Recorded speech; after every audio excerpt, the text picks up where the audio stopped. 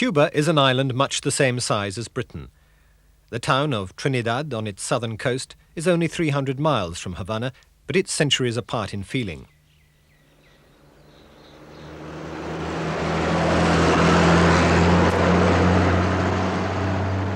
After 25 years of revolution, it's to the Cuban countryside that one must look to really understand what's happened on this Caribbean island.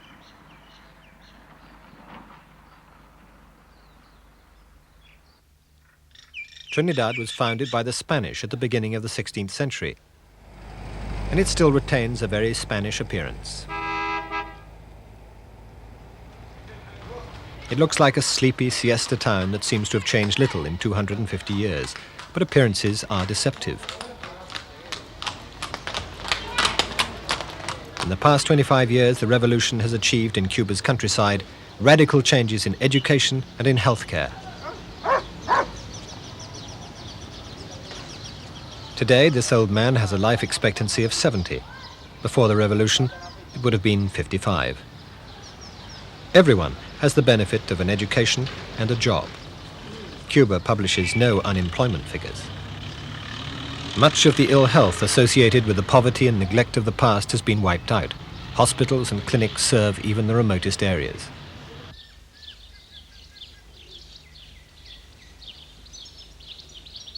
Trinidad is a picturesque spot, wedged between the foot of the Escambre Mountains and the waters of the Caribbean.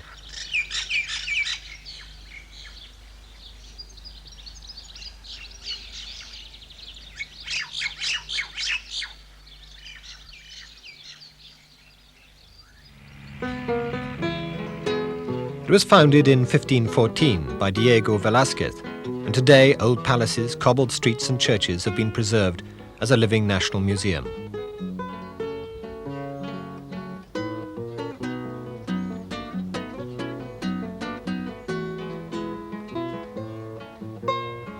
In the life and the customs of Trinidad, the Spanish influence is pervasive even today. Parece que no ha muerto Matamoros, ni Cingo, ni Corona, ni Delfín,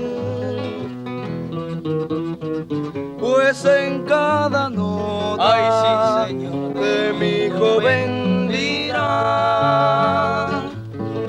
vibra el sentir profundo, ay, pero vibra el sentir profundo de un trovador. The Spanish colonial heritage remains above all in the architecture. Maintaining and restoring the old buildings has been accomplished against all the odds. Some of the work is done by municipal brigades, professional restoration specialists paid by the state. Other volunteers form their own brigades and work as unpaid labor.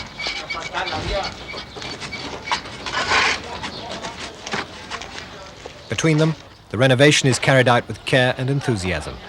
Housing is a chronic problem in Cuba, and given the opportunity, most people are only too pleased to do the work themselves.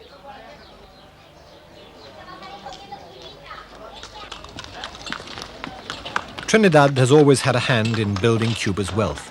In the last century, there were more sugar mills in this area alone than there are in the whole of Cuba today.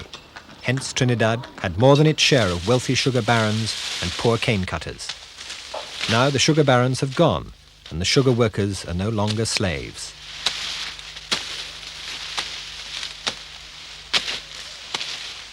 Cane cutters are the aristocracy of the Cuban workforce. They're called the new millionaires. The privileged position they occupy in the economy brings special rewards and access to luxuries like cars and household appliances.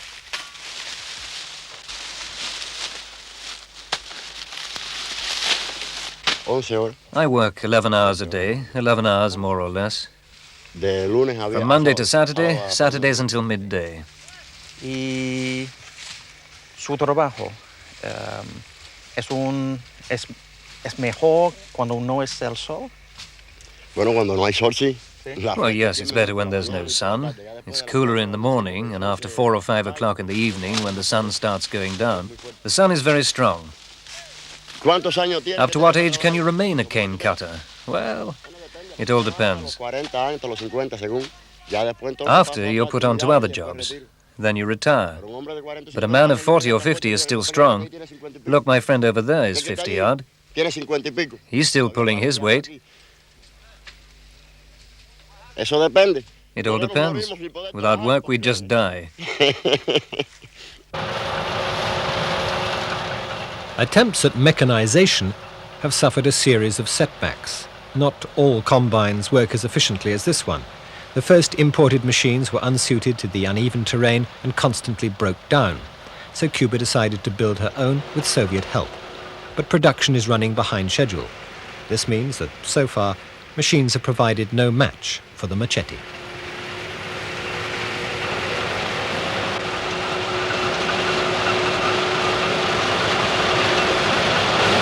It takes about 10 tons of cane to produce just 1 ton of sugar. Cuba is still the largest exporter of sugar in the world. In 1982, she produced over 8 million tons, her second biggest harvest since the revolution. But with the depressed state of the world market for sugar, the question must be, is producing more the answer?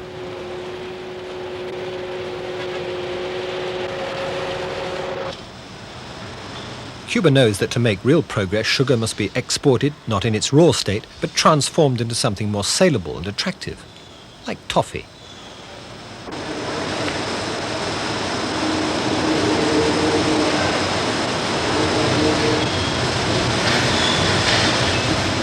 The factory is the first of its kind in Cuba and was set up with West German assistance 8 years ago. All the ingredients are homegrown, only the wrappers are imported.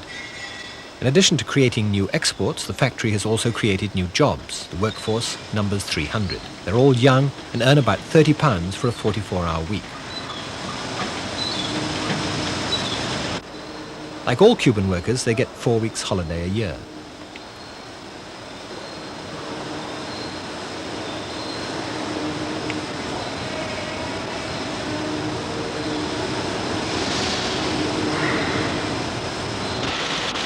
Products made here are exported to the West as well as to Eastern Bloc countries. The markets include West Germany, Japan, and Great Britain.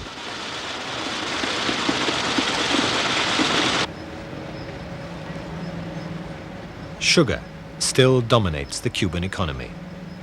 Most of the big plantations have been nationalized, but a fifth of the crop is still produced by private farmers. These men bring their sugar to the mill and are paid according to the load. Since sugar is such a vital part of the national economy, many incentives have been introduced to encourage men into the industry. One recent measure was to let young graduates off their 2-year military service, if they'd sign up with sugar instead.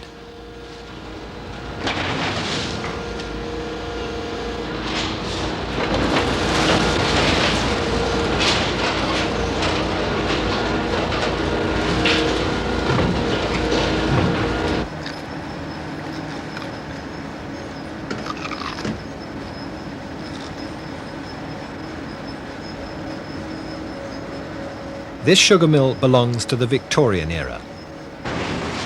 Inside, it has an antique British steam engine, which still drives the machinery.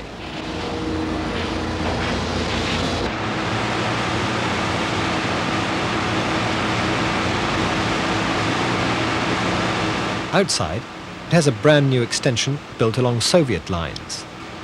Cuban scientists have worked for 10 years to find some use for this sugar waste they call bagasse.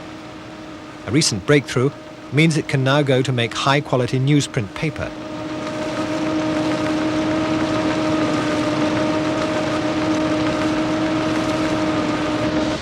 It would be good news indeed for Cuba if this discovery turned into a major new industry. Unlike sugar, the world demand for newsprint is escalating.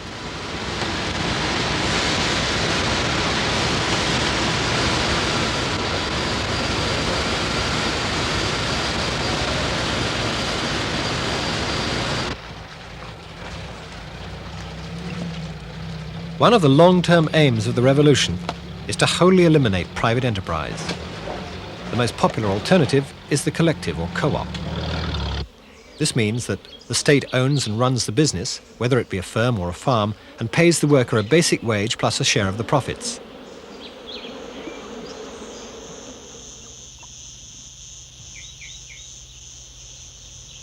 This is a new collective in the Escambre Hills. The 20 families here raise coffee, cattle, and they keep bees.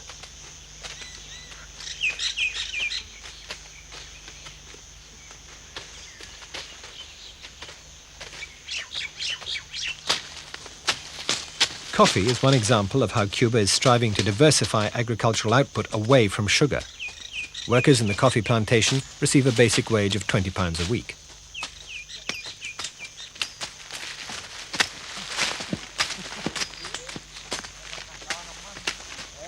Although there are now many people working in co-ops, thousands of small farmers are still reluctant to give up farming their own land.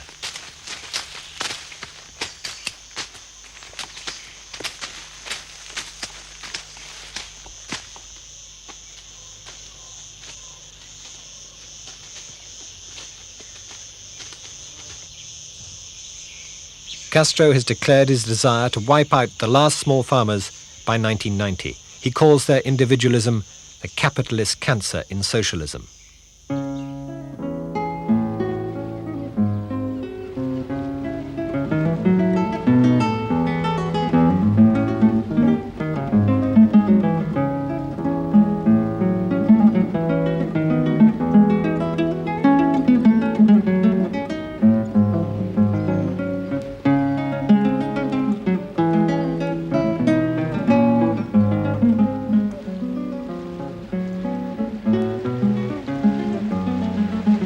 Fishing is another of Cuba's growth industries.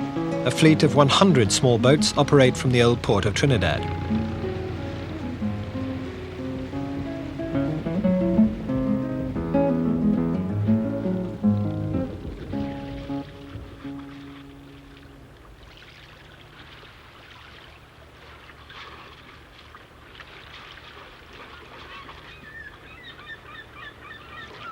Most of the boats in this area have been working since the revolution, and like lots of other things in Cuba, it's a case of making do. Repairs are constantly in progress in the boatyard.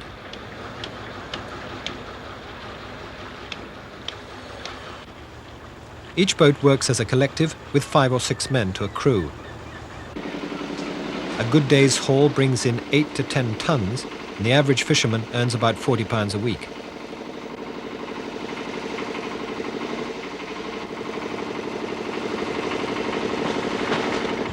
Fishing is a calling that has always run in families, and fathers still want their sons to follow the family tradition.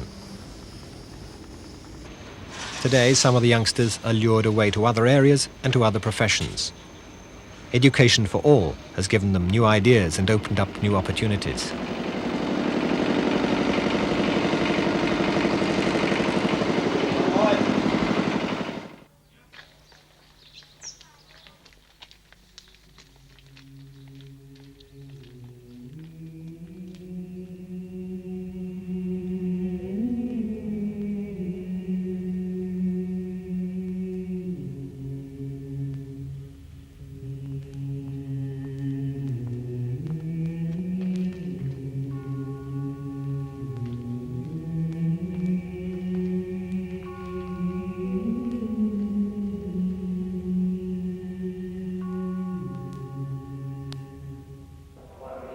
The church in Cuba, although not banned, has an uneasy existence. Priests are no longer permitted to proselytize, and all the festivals, even Christmas, are quite unmarked and uncelebrated, just ordinary working days. Few Cubans run the risk of going to church for fear of being branded an enemy of the revolution. Before the revolution, Cuba was almost completely Catholic.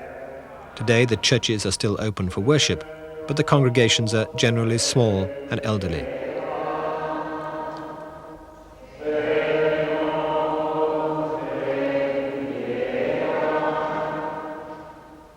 This is an Easter Sunday service in Trinidad, one of the high points of the church's year, yet the pews remain half empty.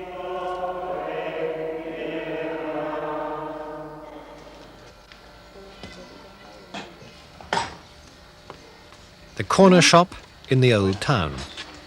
Even though it's a small affair, a ration book is essential if you want to make a purchase. If you want more than the ration, there are 2 options. Either the official but more expensive off-ration shop, or of course the black market. Monthly rations are adequate, if unexciting by our standards. But then the average Cuban measures his way of life against the rest of the third world.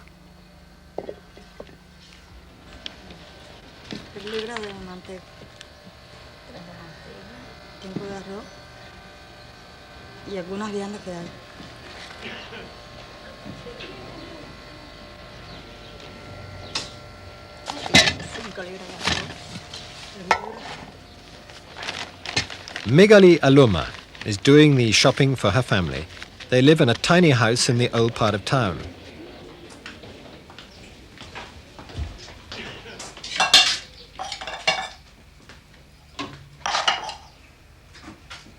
The kitchen is an open-air shelter at the end of the backyard. Magali has a job in the local child care centre. Her husband, Pedro, is a lecturer at the local teachers' training college. He's a Communist Party member, which is considered a great distinction and an honour in Cuba. Membership is only extended to the select few. In fact, less than 10% of the population.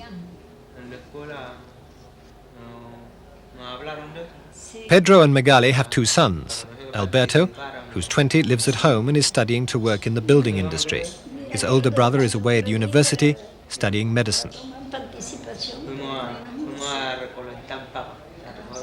But the Aloma family have a problem common to many Cubans. They share their small dwelling with Pedro's aging parents, one of whom is bedridden. Family ties are very strong, and it's a common feature of Cuban life to have one extended family home. Although the socialist state provides homes for old people, few Cubans would ever consider such a prospect for their parents.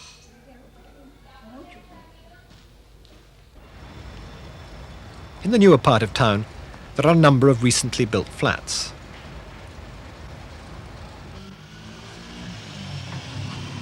Providencia is the live-in grandmother of the Garcia family. She prepares lunch while the rest of the family are out working or at school. She also keeps house and does the shopping.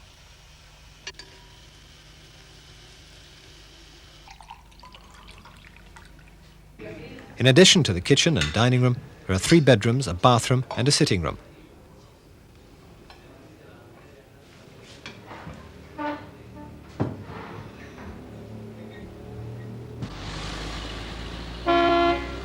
Tanya Garcia is 11 years old and comes home every day for lunch.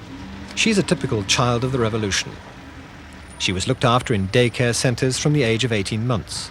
She's already a member of the Young Communist League and hopes one day to become a nurse.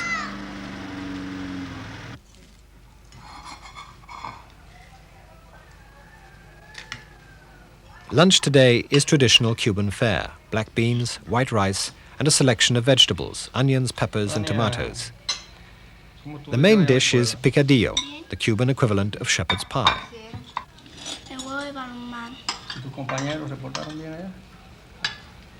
The Communist Party of Cuba is described as a mass organization, but in reality, it is an elite. Juan and Flora Garcia both enjoy the distinction of being members. They're both model workers, and their conformity has brought them many benefits in life. Party members enjoy privilege and status, which translates into better housing, cars, and travel. Cuba is, of course, a one-party state.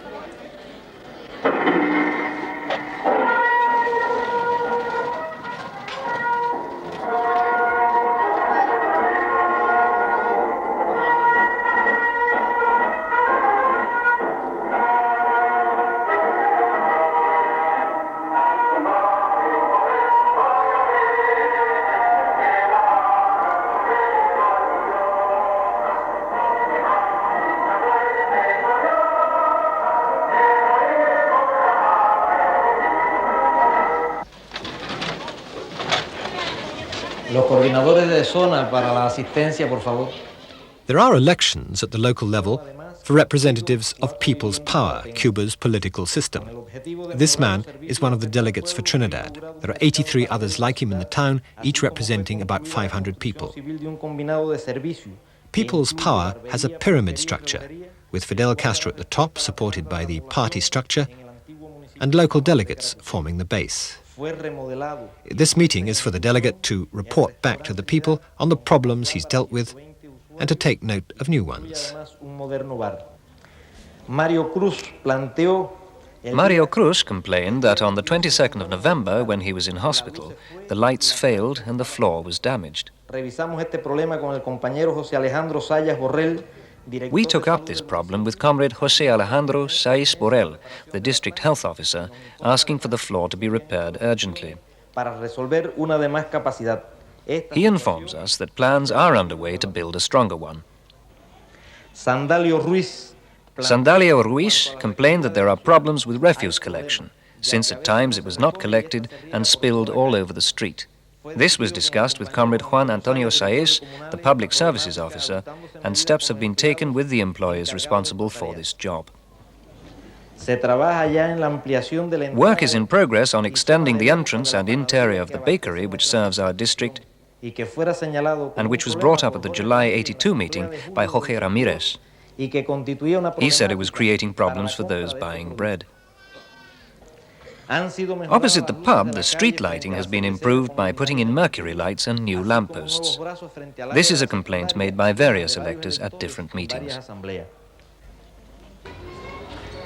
Cuban cigar workers have a history much longer than the revolution.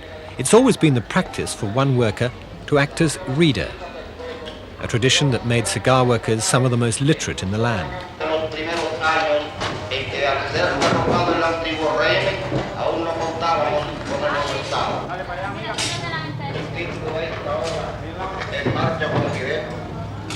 The reader sometimes chooses a newspaper or a classic, perhaps a novel by Charles Dickens. Today he proclaims from Marching with Fidel.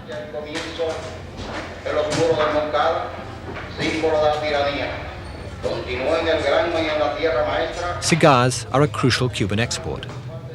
Although still embargoed in the United States, they bring in American dollars, hard currency the country needs to trade with the West. Most of the country's other exports are locked into a friendship deal with the Eastern Bloc.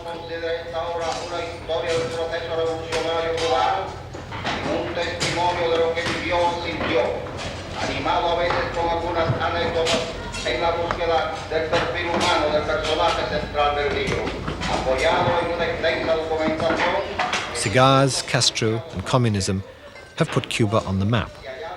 But it's usually the cigars that are the only chord of communication between this Caribbean island and a large slice of the rest of the world.